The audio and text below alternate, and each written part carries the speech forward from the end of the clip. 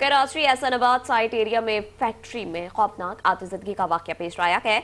Fire brigade का अमला भी आग पर काबू पाने में मसरूफ अमल है। कराची एहसानाबाद साइट एरिया में फैक्ट्री में खौफनाक आतिशबाजी का वाकया पेश आया है। फायर ब्रिगेड का अमला आग पर काबू पाने में मसरूफ अमल है। फायर ब्रिगेड का अमला आग पर काबू पाने में मसरूफ अमल है। कराची एहसानाबाद साइट एरिया में फैक्ट्री में खौफनाक आतिशबाजी का मामला पेश आया है, जो कि आप अपनी स्क्रीन पर मुलाहिजा भी कर सकते हैं कि अमला आग पर काबू पाने के लिए मसरूफ अमल है।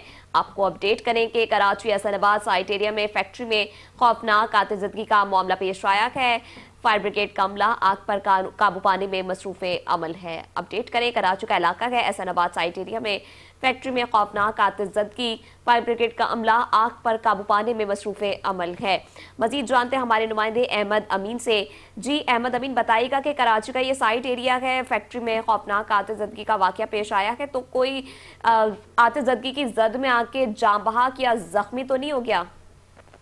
जी बिल्कुल, ये हैदराबाद में साइड एरिया में यूटिप इंडस्ट्री के करीब जो है फैक्ट्री में आशुकी का वाकया पेश आया है और जख्मी और जांबाज की कोई इतला नहीं है।